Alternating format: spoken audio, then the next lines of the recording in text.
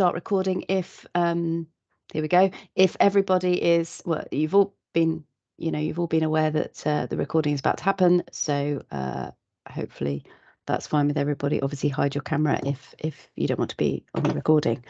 I think that's all I need to say. So here we are. So this is a joint event, HGIP and NQI Can. So Vicky will come to you after Danny. So Danny, we are over to you first. Well, thanks, Caroline, and welcome everybody this afternoon to the to this warm up for our clinical awareness, audit awareness week, and it's great to have so many people with us. So I'm just going to give you an overview of what we've been up to in the past year or so, and as Caroline said, any questions, knock them into the chat function. We'll handle those. So an overview. So during the pandemic, well, everything changed, didn't it? But a lot of things happened. One of which was we learned very quickly how to use Teams and Zoom. And during that time, we took the opportunity to speak to yourselves and to the audit providers. And we had an overview and assessment of the program, asking the question really, was it fit for purpose? Was it ready for the next 10 years? And was it digitally ready indeed for that matter? And essentially, this next bit is going to be, you said we did. So my conclusion of this was that it was in a pretty good shape, but there were things we could do to improve it, and that's what we've been doing. And you'll be aware of this, and I'll just take you through some of those. It's fair to say also that it remains a very, very strong program, certainly in terms of Western Europe, North America, Australia, by far the strongest program that we've got in healthcare running. NHS England certainly, and the Welsh Government appreciate that. So we came through a retender very smoothly, and the program's ready for the next 3 to 5 years. So and the other thing to point is, money is short. Nevertheless, this always remains the largest expenditure from the NHS Medical Directorate budget. So they are very, very keen on this programme, and rightly so, because it does give some great results and great outcomes. But so going through the what did you say and what do we do about it? So that one of what, like, I'm gonna not teaching you to suck eggs. You'll know these things. One of the problems with the perceived problems was the burden of the program, and we did that. Ian, who worked with who worked with us 2 years ago, worked through the burden, and there are many aspects to burden, but one is metric numbers. We were coming in as something like the different audits in their different varieties, measuring between 6 and 60 metrics, and so we felt we had to slim this down. There was too much straying into the research arena, and so we brought this down. As you know, we're heading for 10 metrics to try and reduce the burden and make colleagues really focus in on what is the question we're asking, what's the standard we're measuring to, and indeed that has been enacted. And then the second part of burden is, it's not so bad having a burden if you're really getting good stuff back out, and colleagues were feeling, actually, we're not seeing what we're putting in, we're not getting it. So we've pushed ahead NCAAW, NCAB. NCAB, anybody doesn't know what that is, and I'm sure you all do, but if you don't, stick NCAB into Google and you'll come through to this, which is a visualization site run through the informatics team at CQC and Clarity, and informatics company that we have, who put these, they started off as PDFs, but obviously there's a lot more. For instance, there's a time trend in them now, and there's a bit more, and you can download from them. Although in its simplest form, you can put up a simple PDF of the 5 key metrics and what they're showing. That has been, we've found, very, very successful. But obviously it's limited by analytics availability, to make sure it stays with the recent results, keep them refreshed, etc. And we're working really hard with CQC to make sure that's it, and to get the final last numbers of audits really into that NCAB. The other theme was infographics. The audits have really thrown themselves heart and soul into this, Many are coming out now with great infographics. So again, in 1 or 2 pages, summarizing what have we found this year. I found those personally really helpful. I know the public find them helpful, and I hope you find them helpful.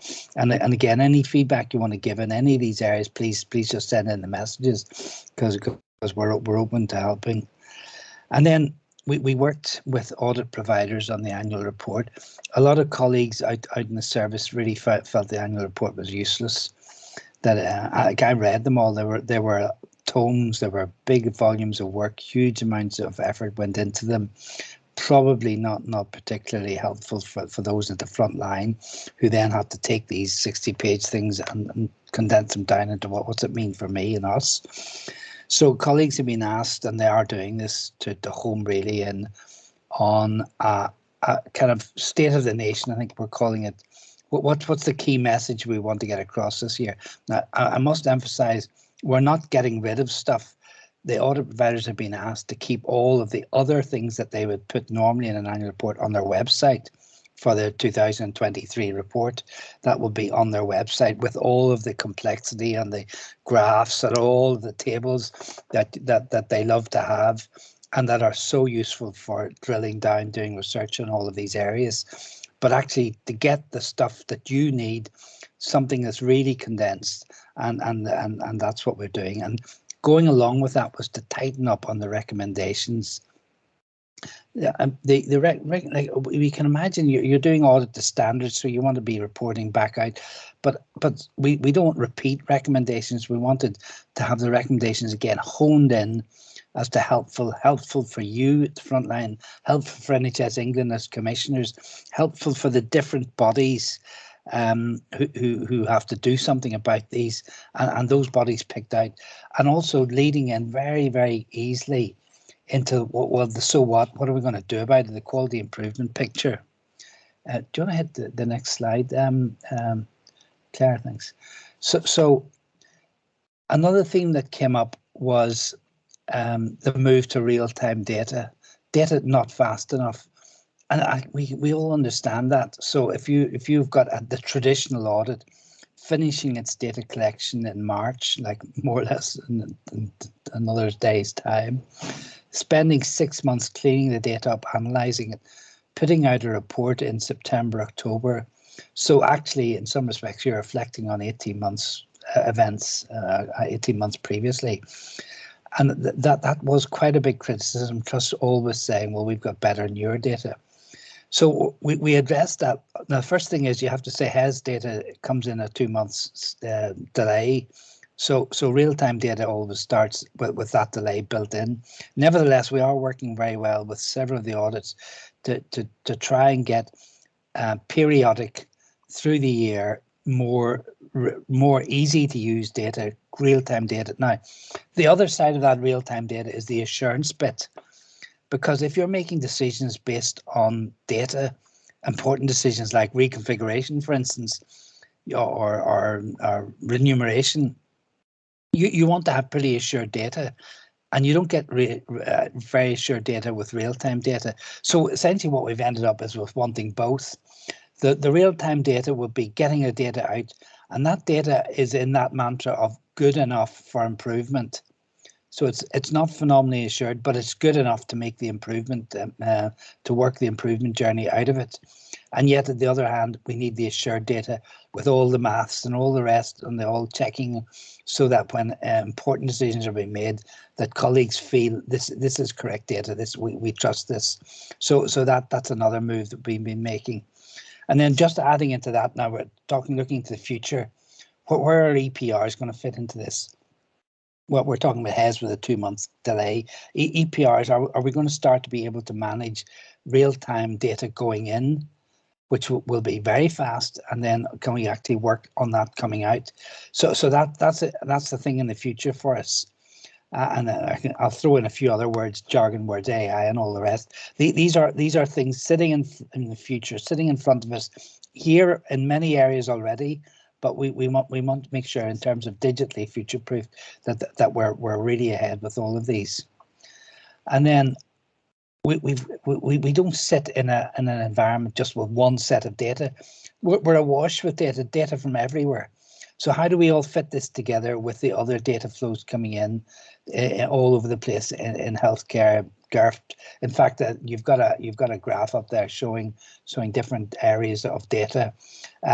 We tended to be heavy into the quantitative, but once you start moving out into the qualitative data, and there are ways of starting to use that.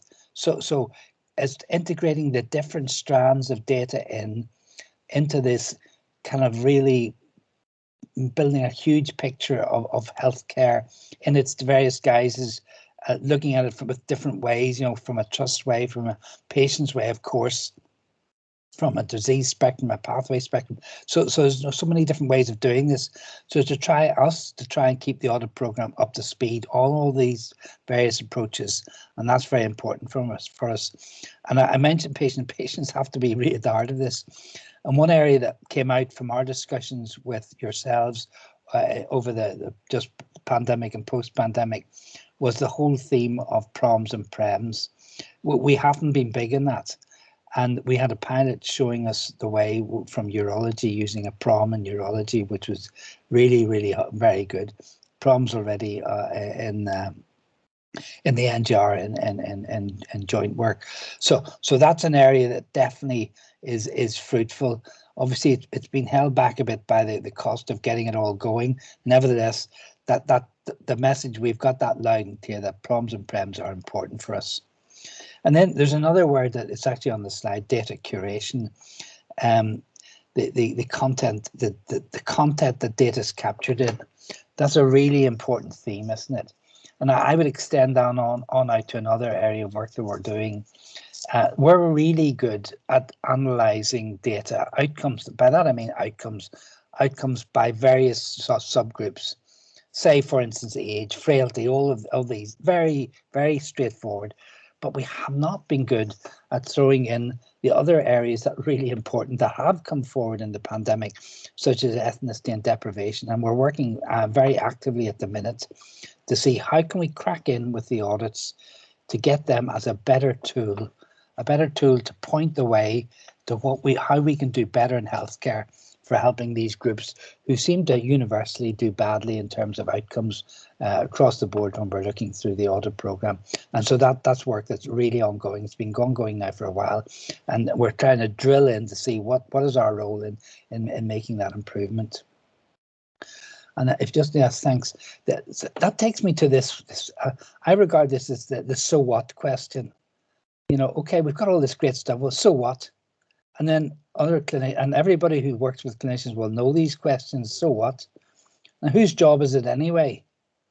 Well, it's not my job. I do this, that, and this. So it must be somebody else doing that. No, it's all of our jobs to get involved in this. And of course, the final skeptic is, of course, why do I need all that? I'm doing a great job anyway. And we all know that when we do any audits, that suddenly it's not such a great job. You're doing a great job, but actually only 50% of the standards are being met. So that takes us straight in to the whole quality improvement techniques. And there's a PDSA cycle there. That I love the PDSA cycle, but everybody needs to have a quality improvement technique up their sleeve, the one that they like, the one that they trust, the one that they use, the one that they're good at. And it doesn't have to be PDSA cycle, although that's a pretty hot one. And then there are various themes that come out of that, aren't they? Well, I've said learning one, but you have to be able, it's like any audit, you have to be able to evaluate, are you using it the right way? Is it giving it the right results? And being a reflective person, thinking about, because there are lots of examples of PDSA cycles not doing what they're meant to do, quality improvement not flowing out. And essentially the other themes about that, and I like this one, is change and improvement, that relationship between change and improvement. Anybody who's been living with skeptical doctors will know that many of us have been involved with change, and many of those changes have not been an improvement. And that's where the real skeptics come in. So we have to be very critical of what we do, that actually when we propose a change, And PDSA does come into that because it's a small scale thing and you can test it out and then abandon if it's not working. So change and improvements are a really, really important thing. And in the middle of all of this quality improvement thing comes human beings and human nature and all of the rest. So that is the team involved. No point in us going off in a corner and doing nothing and suddenly nothing's happening. So is the team involved? And you know, if it's not involved, you can forget it because nothing will happen. Just hit the next one, please. Right, I love this slide, and you can reflect on this yourself, but that it adds to this thing about change and improvement, and all of us have been here. We've all known there's variation. We're going to do this to try and make it better. You know, there's a cultural problem, etc., and nothing happens because we've worked away at it, and nothing's happening. Can you just hit the next one? Thanks. Toolkits. I love toolkits. Every website's got a toolkit. Please come and see and take our toolkits. Every one of you will know what I mean about toolkits. Oh, we mopped. Did you not like what I was saying about toolkits? Okay, right. Well, we've got lots of toolkits. Now, leaving aside the term toolkits, it's techniques to do quality improvements following on from audit. And this slide brings that out. Audit and quality improvement methods, right? These two dance together. They are together. Clinical audit is a quality improvement technique, and getting the work together. So we did this, we found that, and we're going to do that. And that's the so what question. We are going to do this, and it may be this, and this, maybe acute PDSA cycle, and maybe whole scale, whatever. You're going to be something coming out of it. And could I go on to the next one? I'm going to hand you over now to Caroline, who's going to take you through this. And during the day, we're going to exploring this quality improvement and quality improvement methodologies. And in particular, the first session of the week will be exactly this thing, which is really important, the linking together of clinical audit and quality improvement, because there is no point in doing clinical audit if you're not going to actually work through and do the quality improvement after it. So will I hand over to yourself now? Yep, thanks, Danny. Right, some dates for your diary, which so we've got the first session, as Danny said, on the 19th of June, and I think from the slide before that was 10 till 11 in the morning, and then the national campaign running 19th to the 23rd of June 2023. That's in front of you there. So we're going to use that week to celebrate clinical audit quality improvement, as we've said, and as we've done in previous years. We're running the week in collaboration with NQICAN, and Vicky's going to tell us more in a minute. And importantly, we will be running our Audit Hero Awards again, and each award fits with the theme of the day. So there are 5 themes, which I will show in, I think it's on the next slide. But for now, there are 5 themes, 5 days, 5 awards, and they will match. So there'll be I think Vicky's going to talk more about the lunch and learn sessions, but there'll be a lunch and learn session on the theme, and the award will be presented at that session. Then please do see our website. There's a Clinical Audit Awareness Week page right from, if you go to the homepage of HQIP's website, there's a nice pink button to click on for Clinical Audit Awareness Week. If you want to find out more, please sign up to our mailing list, and then you will get our monthly e-bulletin, which will, for the next few months, definitely include some information on Clinical Audit Awareness Week. And during the week, there'll be social media. The hashtag is there. CAAW23 will be the hashtag that we're using for Clinical Audit Awareness Week. So if I could have the next slide, please. There are our 5 award titles for this year. Some we've carried through from last year, and some we've slightly modified based on feedback we had and how we thought it went last year. So we've got 5 important topics there.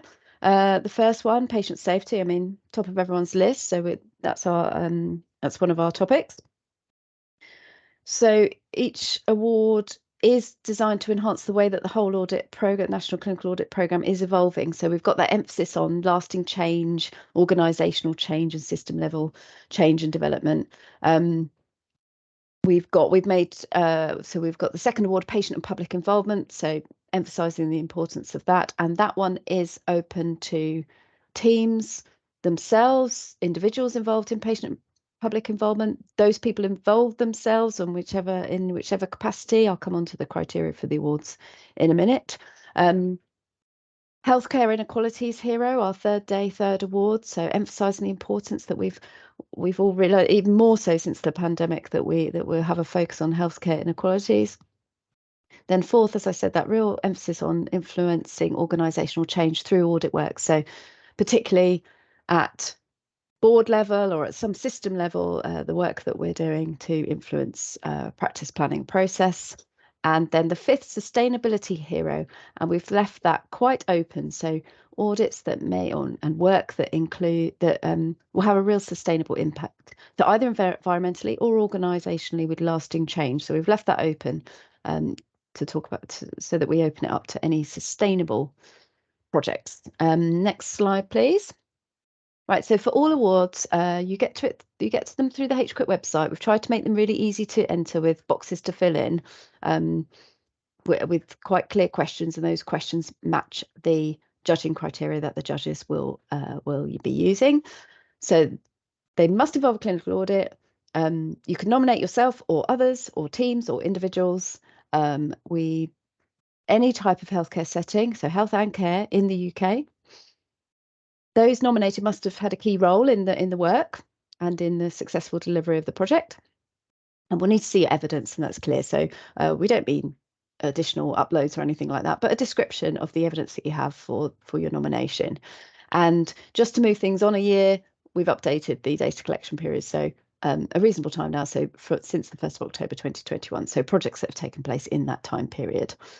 And if I could have the next slide, please. Great. So what we will be judging. So we've put together, or we will be putting together, we are putting together judging panels, working with NQI CAN, working with HQuip, board members and partners, and patients involved too in the judging panels. And they will be looking for a clear audit design. They'll be championing data-driven, evidence-based improvement. They'll be looking for those improvements that have been made as a result of the work. And they'll be looking for re-audit with improvement and sustainability, and they'll be looking for innovation and successes. And the full criteria with more details are on the website. But that is a flavour of how the awards will be judged. Next slide, please. So dates for your diary. So we are opening the awards today, and I have been told that it has just gone live. So it's up there on the website. You have got till the 7th of May to get your nominations in. And so back a slide. Oh, thank you. So the 19th of June, as I said, day one, we're kicking off with that masterclass at 10 a.m, followed by the lunch and learn at lunchtime, 12:30 to 1:30, and that's each day, Monday to Friday that week. And you've got the 5 days and the 5 categories in front of you. And now I think it might be over to, oh no, here we go. Oh yes, toolkit. Right, our comms team, I should say, HQuip comms colleagues have developed a Clinical Audit Awareness Week 23 toolkit, and it's available to view and download from our website. So you will see some graphics you can use, some posters you can download and use for your own local activities, thank you cards you can print off or create electronically, and then nominate your hero images. So lots of bits of material you can pick up and share and use during the week. And please do, at the time in June, share what you've been doing, the successes you've had, and what you're doing in your own organisations using that hashtag on Twitter. And now I'm going to hand to Vicky, and she's going to talk about NQI CAN's role in the week. Lovely. Thank you, Caroline. So obviously today is a great opportunity at today's launch event to really revisit why Clinical Audit Awareness Week is so important to the clinical audit and wider QI community. So we're obviously, NQI CAN are absolutely delighted to once again be working with HQuip, and we're already busy making plans for that week, some of which Danny and Caroline have shared with you already. That's very much from the national perspective, and we wanted to chat with you all really about now starting to give some time to thinking about your plans locally as we start that run up to the week itself. So clinical audit, Danny's just mentioned toolboxes and QI tools, but obviously we still feel in the clinical audit community it's the most robust QI tool in our toolboxes, still very much utilised by health and care providers to improve and make even better still that care and services that we deliver every day for our local communities. So Clinical Audit Awareness Week 23 will once again provide us all with that platform to share, celebrate and learn together. An opportunity for all of us absolutely to acknowledge that on that wider scale, our achievements that we're making, highlighting together areas where we can make it better and starting to move towards that continuous improvement culture, not just that point in time.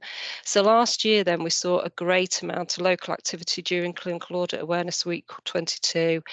We've got 11 weeks now to make plans locally. I sat with my calendar this morning and worked out 11 weeks on the countdown. So head on over to the NQICAN website, have a look at those daily blogs that we put together last year during Clinical Audit Awareness Week 22. Lots of ideas of what people got up to last year. You can access the HQIP and the NQICAN toolkits via both of our websites. And obviously don't forget to head on over to the NQICAN forum as well, where people have been sharing things on there. Think about considering raising awareness in your own organisation in terms of clinical audit in your teams. You could host local events of celebration, perhaps competition, local awards, publish those clinical audit outcomes and the difference clinical audit is really making within your own organisations and your local community. If you head on over to the forum and the website as well, I know our recent infographics network, Becky from Oxley, she shared her Clinical Audit Awareness Week 22 newsletters that she put together with loads of infographics. She shared those on the forum, and you can also head on over to our YouTube channel to have a listen to that network as well to get some ideas really that you could apply locally. So if we move on to the next slide then. We've mentioned Clinical Audit Awareness Week being that opportunity for our clinical audit community to really show how powerful clinical audit can be as that quality improvement tool. So just reflecting back now on those award categories that Danny and Caroline have already presented, it's about us all now thinking in our own organisations, how many clinical audits can we actually now identify that can align to these categories that we can now submit to the Clinical Audit Hero Awards.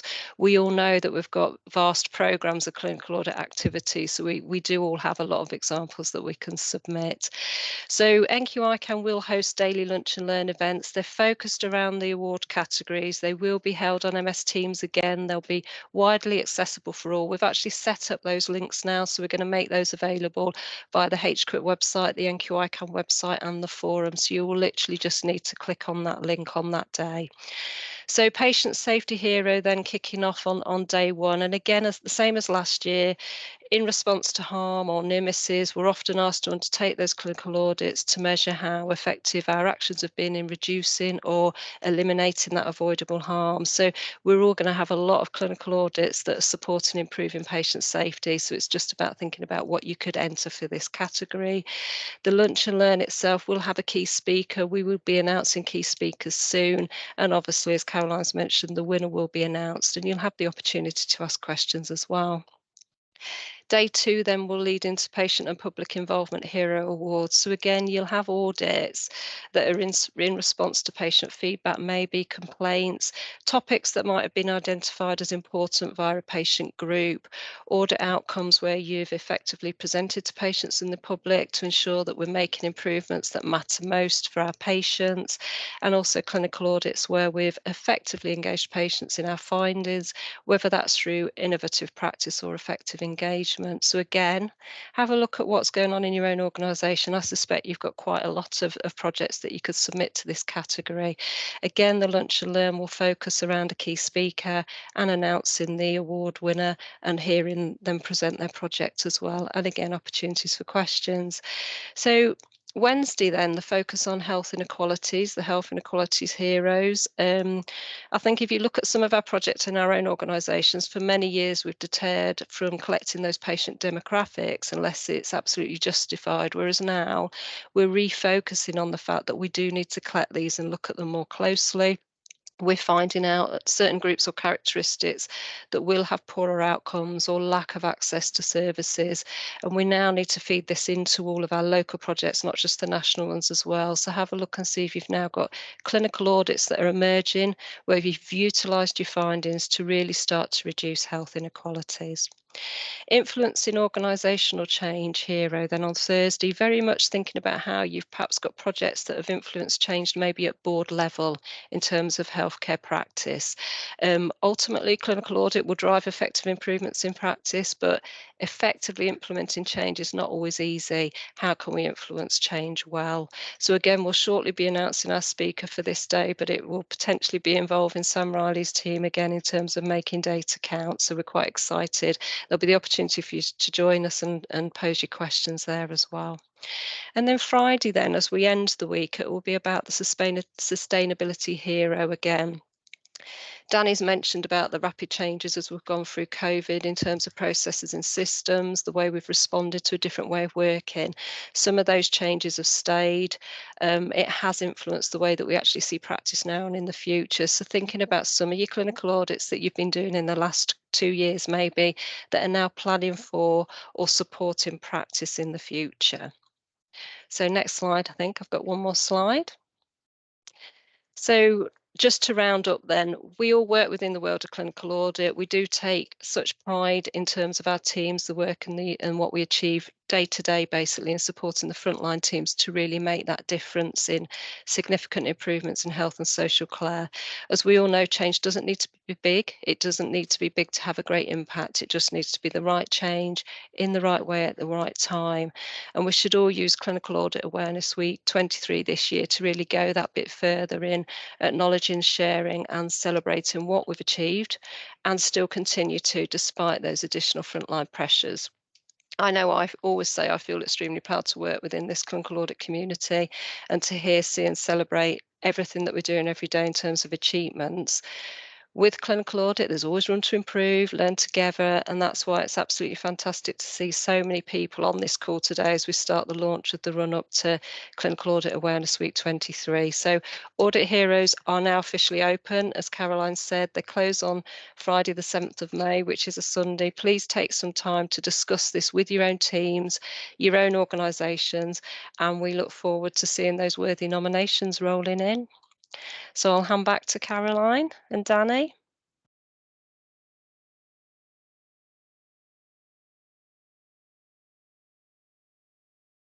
Thanks, Vicky. I've had a couple of questions in the Q&A and I really encourage people to put their questions now and we'll try and get to them. Danny, the first one's quite long. I don't know, would you like me to read it out? Can you see it in front of you? For some reason, I can't seem to see the Q&A. I don't okay. know. There should be a Q&A I can't either, button. Caroline. Oh, no, okay. no, we're clicking on it and we've not got the view, so you might need to read the questions. questions. I'm afraid I don't know why that is, but I have it, so that's a good start. Right. Okay, no problem. I will read out the first one. Right, thanks. This is Carl Walker. Thanks, Carl. Thanks, Danny. Great to see the improvements being implemented to the NCAPOP, so thank you. Question, do we assess value for money in the NCAPOP programme? And I'll read on and we can see who's best to answer this. In addition to the substantial pot that HQIP manage, there is a massive cost of data collection and implementing improvements at a trust level, which often is part of job plans or the NHS contract. Impact assessment of NCAs. Do we have reduced levels of avoidable preventable harm where we have national clinical audits? Perhaps we can debate this as part of Clinical Audit Awareness Week. Sounds like good discussions to have. I would say I think this is part of I think the question is getting at part of looking at how much there's the national cost to running the clinical audit programs, and then there's the costs that each trust obviously needs to invest in to take part in the program and run those improvements. I'd also like to say that there should be cost benefits and clinical benefits, quality improvement benefits, but also cost efficiency benefits to taking part if improvements are acted upon. But Danny, handing over to you. Okay, there's different things about cash and quality in this. Fundamentally, the problem. Not the problem at all. That fundamentally the program cost them. Let me just get this right because we tendered for this recently. I think the NHSE pay and the Welsh Government pay about 15 million for the entire program, and I think there's about another 2 that actually goes to running it. So maybe 17 million, something of that order. And that may not be totally accurate, but it won't be too far off. However, if you think that that money is going to assure a service spending, I've lost track. It must be 150 billion plus. If you were to talk about secondary care, where most of the audits are, when you do the arithmetic, depending on how many noughts you put in for a billion, it's essentially pennies assuring thousands. So that's on the one hand. Yeah, and yes, Carl, you're absolutely right. That money, it doesn't consider the national, the local trust monies. Excuse me. The local trust monies, which are much more. Of course, they are. But essentially, that the money's being spent in the trust are sharing the services, aren't they? And audit is part of that. And many of the colleagues doing this work, and in other words, yourselves are on the call, will be doing multiple things in terms of quality and safety together. So I think trying to unpick it in a trust would be very difficult. All I can say is that some of us remember the old days before the growth in trying to assure quality and safety, and it was pretty haphazard. So I think where we are right now in terms of cost, we're in a pretty good position. If you look at overall cost per bed day in the UK versus, say, any of the comparable Western European countries, we're still a lot cheaper. So, and all those costs to do with clinical audit, both nationally and locally, will be coming into those costs. So I think overall, you could argue that we should probably be spending more to assure the service. That's one part of it. I think was another part of it was do we audit against effectiveness in terms of procedures which are value for money. And in some respects we do, in some respects we don't. So you could imagine in something like the NJR or in invasive cardiology, there is implantation. There is a part of that, but it's not to the fore in that. So that probably would not be a major part that we would be looking at.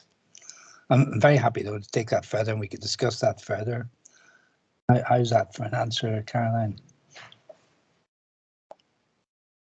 Sounds good to me, but feel free to put more in the Q&A. The second question I've got is an internal one for HQIP. So Lacey, if you're on the call, you might want to come in, but I think I can probably answer this. It says in November 2022, HQIP asked for subscribers to their newsletter to complete a survey on Clinical Audit Awareness Week 2022. Yeah, I remember that. Have the outputs of those been shared widely? Have the outputs been used as part of the planning for 2023? From memory, I don't think we shared. I'm not sure we particularly asked anyone if we could share them. I think we used it. I know that we collected all the data and ran a review of it. And I definitely know, because we have done lots of planning for Clinical Audit Awareness Week 2023, that we've used those outputs to feed into the information that we've got to build this year's programme. So thank you to everyone who took part. So Caroline, I could just add in. Oh, great. Lacey here from Comms. Sorry, I can only see a few people at the top. So hi. So yes, we did use those findings and we took them into account in our plans for this year. We haven't shared them widely. We haven't been asked to share them widely, and so that's how we've used them. And I don't have any more questions, so please do type furiously if you'd like to ask a question or put your hand up. We have one more question, Caroline. There is one more question. Apologies. This is Claire. I'm monitoring the Q&As. Hi, Claire. I can't see any more questions. Okay, so this question is saying, are we able to find out how many entries there were for each audit hero category last year, to focus on ones where we need more applicants? Oh, hi, it's refreshed. I can see it now. Hi.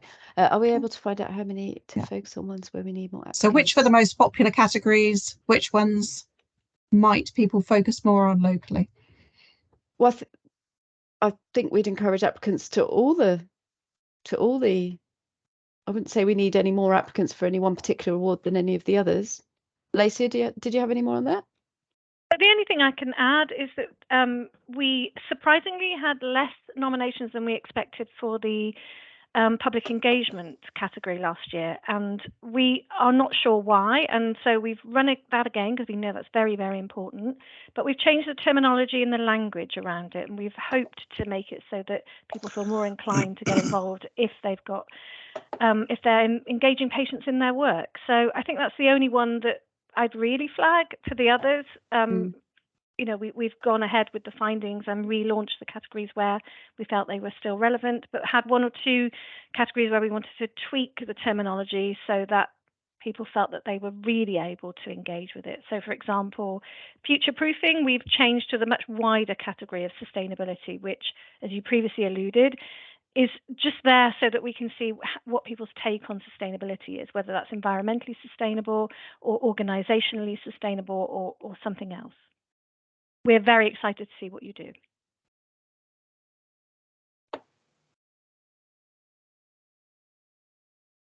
Anybody want to put their hand up and ask a question? That'd be quicker. Yeah, it would be quicker. Please put your hands up. I suppose I'd add to that by saying we wouldn't make any one particular anyone's award that more or less valuable depending on how many other applicants applied for that particular award, if you see what I mean. The winner was the winner, no matter how many we had. So just because we had lots in one category doesn't mean that person is any more valuable than anyone else. So I guess Caroline, that's my feedback on that. Yes. We have some more in the chat. So we have from Diane. I think Diane might have her hand up as well. We have, hi, I'm just wondering if HCRIT will provide any merchandise, pens, post-its, etc., as lunch and Merck is the key to engagement. Certainly, it always used to be food, didn't it? Always used to be give them a donut or something. So is there any money for that sort of thing? I suppose is the question. We might have to take that one away. So as it stands, we've been very much trying to do everything online, as is everyone else these days, post-COVID. I mean, in the post-COVID world, that's why we've sort of created more online tools in the toolkit, and sending out sort of merchandise is very difficult and very costly, and that's why we sort of moved back from that, and tried to make things that are available for you that you can use virtually. Okay, we have another question online. Will the masterclass on the 19th at 10 a.m. be available as a recording for departments to play to staff at a time and more may be able to attend? Absolutely. So the recording will be available. Just to say that masterclass is really for anyone who is either really keen to kind of debate QI and clinical audit and how it all fits together, or maybe you've heard lots of terms around quality improvement and thinking, you know, is improving quality the same as quality improvement? What is a quality improvement approach? So that session's being put on by Craig, who's also on the call, and Nikki, who's a fantastic QI trainer. So I would encourage any of you to sign up, but the recording will be available afterwards. Any more questions? I can see a hand up. Carl has his hand up. Do you want to come off mute? Yeah, no, thank you. Can you hear me all right? We can. Yeah, no, I was just wondering, I think around about June, if not before, I think NHS England Improvement are hoping to publish a national strategy on quality improvement, which has been long awaited. I don't know whether there's an opportunity to bring that into the week, because as Danny's just said, and Vicky, the language is quite important, and a lot of people perceive clinical audit as assurance process. Some people say it's an improvement process, and some people are in the middle, sort of thing, which is in reality what it is. So I think there's an opportunity really to you know, try and break down some of the language and try and make it very clear that ultimately we're just about being systematic and making sure that we're plotting the dots to make sure we're understanding variation and making change and understanding where the interventions have had an effect. Fantastic. Thanks, Carl. Maybe I could, I think, Carl, if you're referring possibly to the clinical effectiveness strategy that's just kicked off in NHS England, which is a very interesting and good move, there's going to be a workshop in relation to that, but that's, I think, in June also, and I'm pretty sure that won't be aligned to the dates that we've given here for the Clinical Audit Awareness Week. And the other thing is, like all these workshops, that's bound to seed a lot more questions and some answers, and I suspect it'll be well into the autumn before actually there's kind of a significant output coming from that. If that's what you're thinking about, the clinical effectiveness strategy. If I could add, there's a white paper on quality improvement coming out. I understand. Indeed. If I could just add to that, I am hearing that is likely to be a publication towards the end of April around quality improvement, but that's being kept under wraps at the moment. So it's few people know what's really in that at the moment. Certainly, I'd be very happy to facilitate a workshop or some discussions around helping people to understand what that might mean for them. I can certainly link with Vicky, and we can see what we can do to help, just to provide that kind of forum for discussion. But yes, I think there's possibly two separate things that are coming out, slightly different times, but they're both probably going to be very relevant to the community. Thanks. Okay, anybody who we've missed their question? Let's see. Please do raise your hand if we've missed it.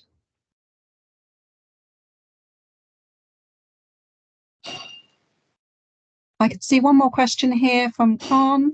Thank you for all the wonderful information. Really looking forward to the week. My question is in relation to national audits and submissions, which are used as data-driven QIP that organisations are requested to do yearly. So, is there a central repository someone like myself could review to see what is done by each organisation? I note the latest amendment, no NHSE Quality Account List 23/24. However, I'm assuming there are programmes than what is listed. So somebody looking for, is there a central repository where they can see what's done by each organisation? Caroline, do you want to take that?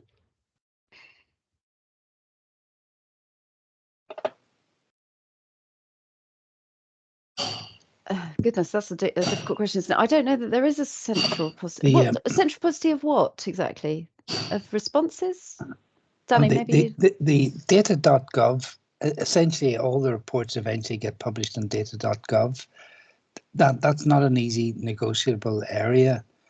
And I think what you're getting at is a central repository, like of all audits published in 2022, 23, etc.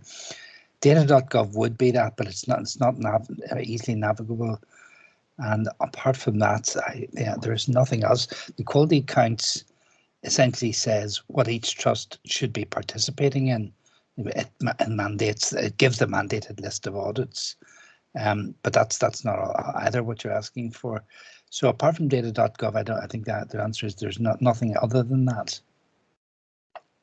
Well, obviously, we all the audits that we commission, you'll be going through the. If you go to the website, our website, you'll see them all coming up serially, and they're never disposed of, so to speak. So, yeah. But if you went back 10 years, you wouldn't be able to find them there.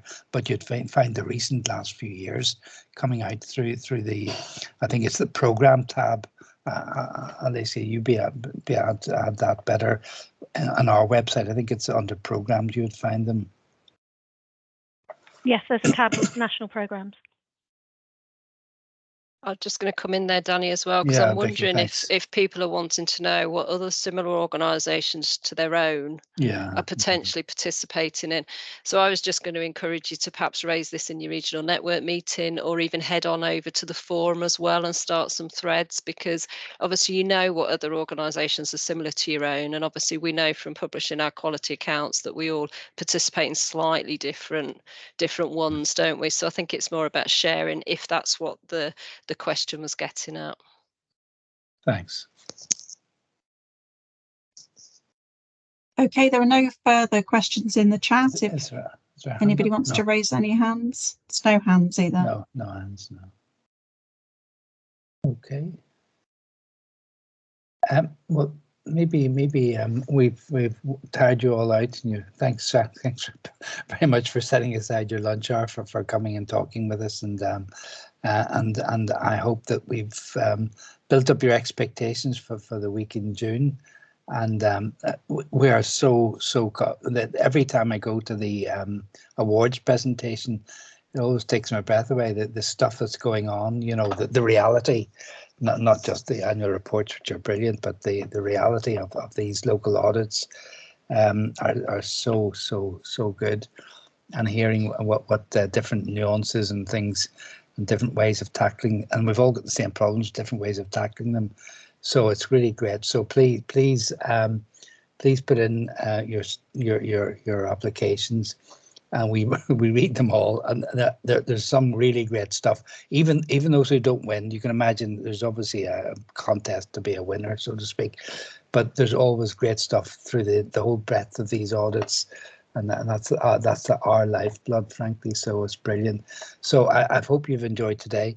If there are any other things, you have our emails and the like. You can send us questions after this is over, and then please get your colleagues together and start working to think about an application coming in one of these different categories. So with that, I'll bring this to a conclusion. And thanks again for spending time with us. Thanks. Cheers.